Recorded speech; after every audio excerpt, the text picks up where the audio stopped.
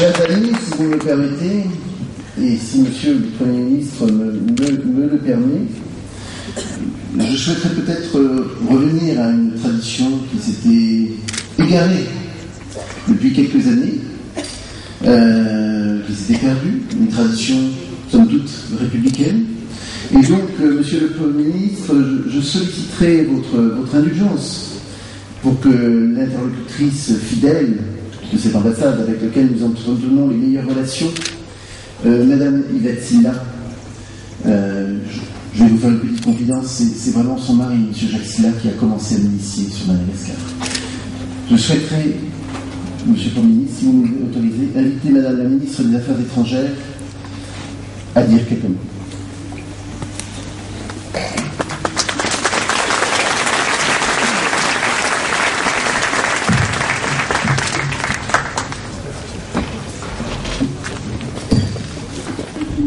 Monsieur l'ambassadeur, de vous remercier.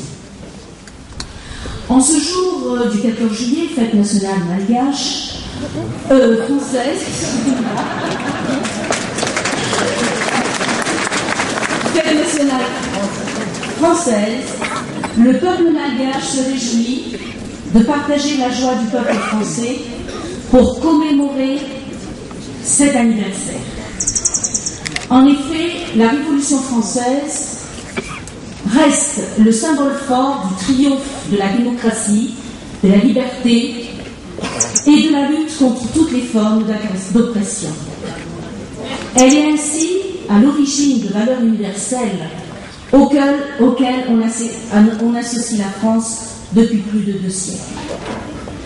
L'historienne que je suis ne peut rester insensible à ces valeurs et on ne doit pas les oublier aujourd'hui dans un contexte international difficile.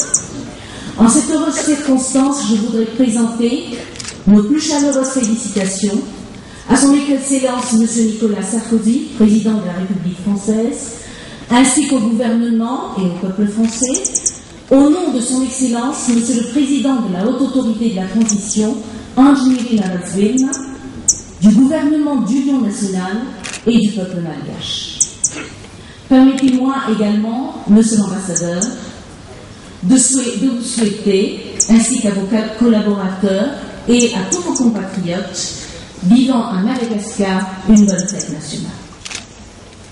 Excellence, Monsieur l'ambassadeur, honorable assistance, notre présence à la résidence de France en ce jour mémorable traduit la qualité des relations fraternelles entre la République malgache et la République française.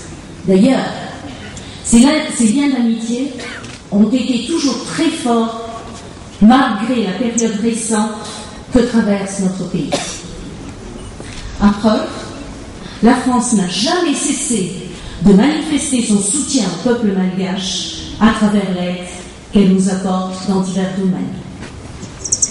Je saisis cette occasion pour remercier le gouvernement français, au nom du gouvernement de l'Union nationale, pour l'engagement commun en faveur de la feuille de route. Nous nous réjouissons du soutien de la France à une sortie de crise à Madagascar. Ainsi, la communauté internationale, à travers la SADC et tout récemment le Conseil de paix et de sécurité de l'Union africaine, s'accordent sur la nécessité de la mise en œuvre de cette feuille de route. Ainsi, l'heure est maintenant venue de travailler de concert pour l'organisation d'élections libres, crédibles et transparentes dans les meilleurs délais.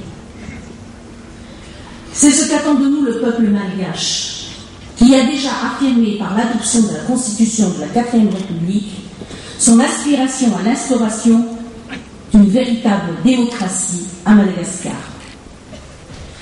Et c'est pour répondre à cette soif de liberté que des réformes sans précédent ont été engagées pour permettre des élections véritablement démocratiques. Je ne citerai pour exemple que la mise en place de la Commission électorale nationale indépendante, qui sera prochainement élargie, et l'adoption par le Parlement de la transition d'un nouveau code électoral qui intègre toutes les revendications de la classe politique malgache depuis plusieurs années, telles que l'utilisation du bulletin unique, l'égalité des chances des candidats et la neutralité de l'administration. Pour parachever cette œuvre, nous comptons sur l'aide de la communauté internationale en général et de la France en particulier. Tous ces efforts traduisent la nécessité de maintenir les liens de solidarité dans un monde qui est agité par des soubresauts autant politiques que socio-économiques. Les efforts entrepris au niveau mondial pour obtenir le meilleur résultat possible au niveau des objectifs du millénaire pour le développement doivent être poursuivis, ainsi que l'exploration des financements innovants pour le développement. Madagascar déploie des stratégies nationales en coopération avec les pays et organisations partenaires malgré la crise qui frappe durement les secteurs socio-économiques du pays. J'en veux pour preuve ma récente intervention à la FAO et ainsi qu'au PAM et au FIDA et les perspectives pour que l'on amorce le plus vite possible la lutte anti-acridienne qui menace 13 millions de nos compatriotes. Le PAM et le FIDA veulent nous accompagner et s'investir dans le domaine de la nutrition et de la sécurité alimentaire. Pour terminer, je tiens à réitérer les félicitations chaleureuses du peuple malgache à l'endroit du peuple français et je remercie toute l'assistance de l'attention qu'elle a accordée à mon intervention. Vive l'amitié entre Madagascar et la France.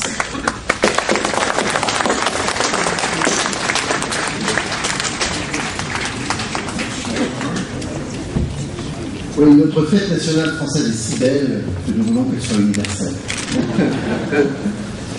Donc je vous invite à prendre une coupe de champagne et à l'élever à l'amitié, à la fraternité entre tous les peuples, dont le peuple français. Et nous. Merci.